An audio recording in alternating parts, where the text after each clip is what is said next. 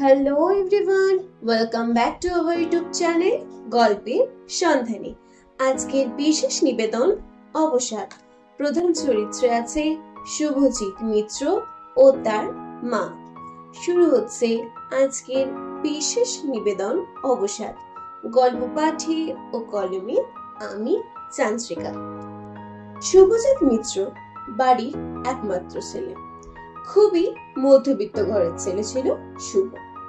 ওর বাবা পেশায় একজন মুদির দোকানের কর্মচারী আর ওর মা হাউসওয়াইফ। ছোট থেকেই পড়াশোনাতে বেশ ভালো ছিল শুভ। এখন শুভ ক্লাস 6-এ পড়ে। বেশ প্রাণোচ্ছল ছেলে, খেলাধুলা করতে খুব ভালোবাসতো। সবসময় যে বইয়ের মধ্যে মুখ গুজে বসে থাকবে তেমন ছেলে শুভ নয়। স্কুলে সব স্পোর্টসে নাম দিত। এছাড়াও শুভ ইনস্ট্যান্ট গল্প বানিয়ে বলতে পারত। তাই জন্য ওর বন্ধুরাও ওর কাছে গল্প শোনার জন্য অধীর আগ্রহে বসে থাকতো। শুভ বেশ নানান ধরনের গল্প বানিয়ে বানিয়ে বন্ধুদেরকে বলতো।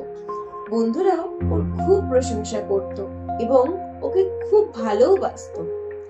ক্লাস 5 থেকে 6-এ ওঠার সময় শুভজিৎ স্কুলে 3rd পজিশন হোল্ড করেছিল। এতেও প্রচুর ভালোবাসা, উৎসাহ, আশীর্বাদ পেয়েছিল সকলের থেকে। এরপর শুভ যত বড় হতে লাগলো ওর উপর পড়াশোনার চাপ তত বাড়তে লাগলো।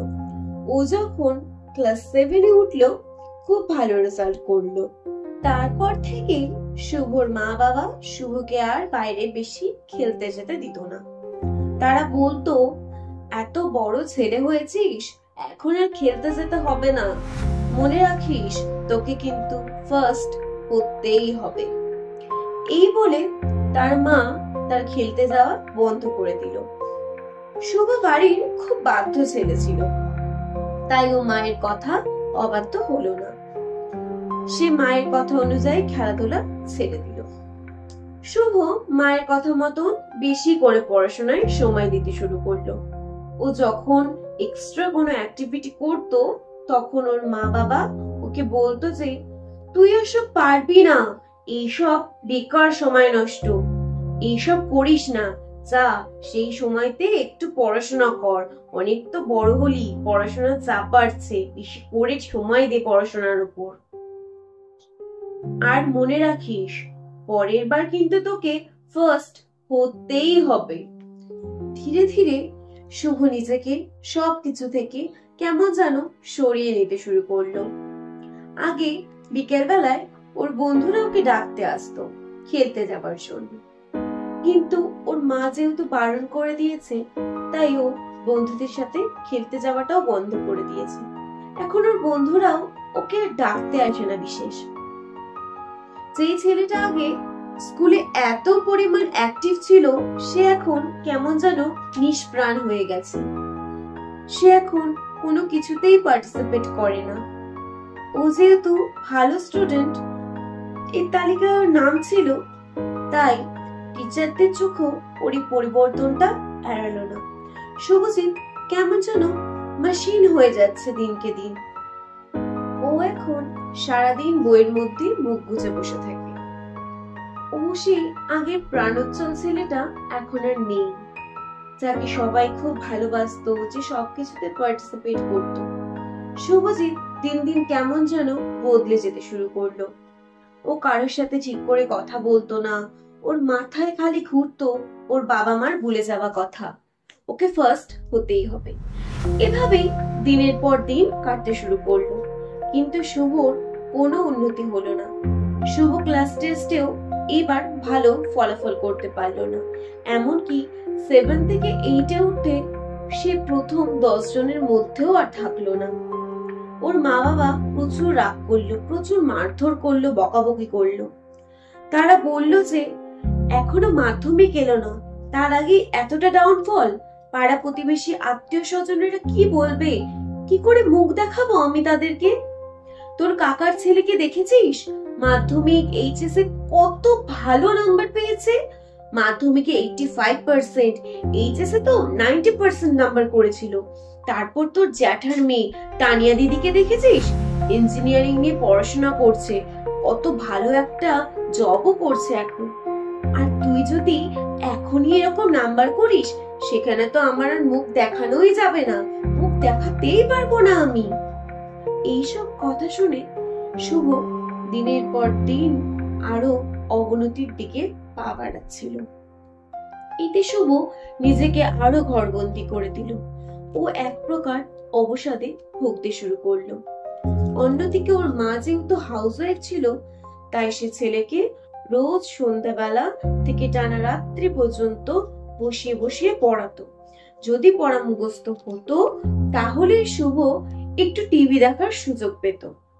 ও যেহেতু মা বাবার খুব বাধ্য ছেলে, তাই ও তাদের কথা অক্ষরে অক্ষরে মেনে চলতো। কোনোদিন কোনো প্রতিবাদ সে করেনি। আর প্রতিবাদ করলেই বা কে শুনতো ওর কথা? ও তো ছোট, কিছু বলার কোনো স্বাধীনতা তো ওর নেই। মা বাবা যা বলবে সেটাই ওকে অক্ষরে অক্ষরে মানতে হবে। মা বাবা ভুল করলেও ও সেটা বলতে পারবে না, সেই অধিকার বা সাহস কোনোটাই ওর নেই। আর সন্তান কোনো কিছু বললে বা কোনো ইচ্ছা প্রকাশ করলে তো সেটা বড়দের মুখে মুখে তর্ক হয়ে যায়।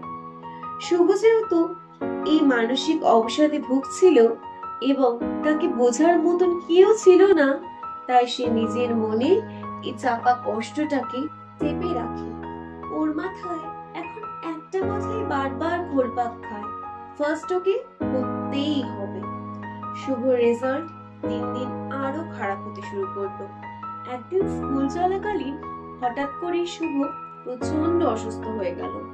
স্কুল থেকে ওর বাড়ির লোককে খবর দেওয়া হলো। ওর মা বাবা সবাই তড়িঘড়ি করে ছুটে এলো। শুভকে ডক্টরের কাছে নিয়ে যাওয়া হলো। ডক্টর ভালো করে চেক আপ করে বলল, ওর তেমন কিছু হয়নি, খালি ওর প্রেশারটা বেড়ে গেছে, হয়তো কোনো কিছু নিয়ে অত্যাধিক টেনশন করছে, সেই কারণেই হয়তো ওর মানসিক অবসাদ হচ্ছে।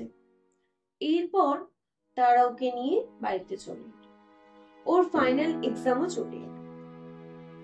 একটু সুস্থ হয়ে যাওয়ার পর ওর মা ওকে পুনরায় পড়াশোনার জন্য চাপ দেওয়া শুরু করলো।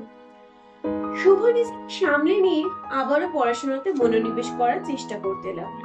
এইভাবেই দিন কেটে যাচ্ছিল। নিজের পড়াশোনা তো ফোকাস করতে শুরু করলো শুভ, কিন্তু তাতেও ওর পড়াশোনার কোনো উন্নতি হলো না। দেখতে দেখতে ওর এক্সামও শেষ হয়ে গেল, কিন্তু দিন দিন শুভর অবস্থা আরো খারাপ হচ্ছে। একদিন হঠাৎ শুভ জ্ঞান হারালো। ওকে অনেক ডাকাডাকি করেও ওর জ্ঞান আর এলো না। ডক্টরের কাছে নিয়ে যাওয়া হলে ডক্টর বলে ওর ব্রেন কাজ করা বন্ধ করে দিয়েছে, নার্ভসগুলো অকেজো হয়ে যেতে শুরু করেছে। এখন কয়েকদিন ওকে আমাদের আন্ডারে রাখতে হবে। ডক্টরের এই কথা শুনে শুভর মা প্রচন্ড কান্নাকাটি শুরু করলো। তারা তাদের এতদিনে করা কাজের জন্য নিজেদেরকে দোষারোপ দিতে শুরু করলো। ওরা ওদের ভুলটা বুঝতে পারলো। তারা তখন অনুভব করে যে তারা তাদের ছেলেকে সবকিছু থেকে বঞ্চিত করে কেবল পড়াশোনাই করতে বলে গেছে। এছাড়াও তাকে কোনোদিন কোনো কাজে উৎসাহ না দিয়ে তাকে কেবল এটাই বলে গেছে যে তাকে ক্লাসে ফার্স্ট হতেই হবে। তাকে কেবল সবার সাথে দিনের পর দিন তুলনা করে গেছে। শুভ নিজে একটা ইন্ডিভিজুয়াল মানুষ, তার কোনো ইচ্ছে অনিচ্ছার দাম না দিয়ে তাকে সবসময় নিজেদের ইচ্ছা মতন চালনা করেছে। মানসিক অবসাদে ভুগতে ভুগতে আজ শুভ হসপিটালের বেডে শুয়ে আছে। বেশ কয়েকদিন বাদে শুভকে হসপিটাল থেকে ছেড়ে দেওয়া হয়। হসপিটাল থেকে ডিসচার্জ করার সময় ডক্টর শুভর বাড়ির লোককে বলে দিয়েছিল যে তাকে যেন কোনোভাবেই মানসিক চাপ না দেওয়া হয়। এরপর থেকে শুভর বাড়ির লোক তাকে আর কোনোদিন মানসিক চাপ দেয়নি। ওকে আবার আগের মতন বাইরে খেলাধুলা করতে পাঠাতো, ওকে সব সময় এক্সট্রা কারিকুলাম অ্যাক্টিভিটিজে উৎসাহ দিত। এরপর থেকে শুভ আবার আস্তে আস্তে আগের মতন পড়াশোনাতে ডেভেলপ করতে শুরু করলো। এমনকি মাধ্যমিকও খুব ভালো রেজাল্ট নিয়ে পাস আউট হলো। এইভাবে শুভ আস্তে আস্তে জীবনের পথে এগিয়ে যেতে শুরু করবে। আজ এখানেই শেষ হলো আমাদের বিশেষ নিবেদন অবসাদ। আমাদের গল্পটিকে ভালো লাগলে অবশ্যই আমাদের চ্যানেলটিকে সাবস্ক্রাইব করবে। গল্পটি কেমন লাগলো সেটা লাইক ও কমেন্টের মাধ্যমে জানাতে ভুলবেন না। ভালো থাকবেন, সুস্থ থাকবেন। নমস্কার।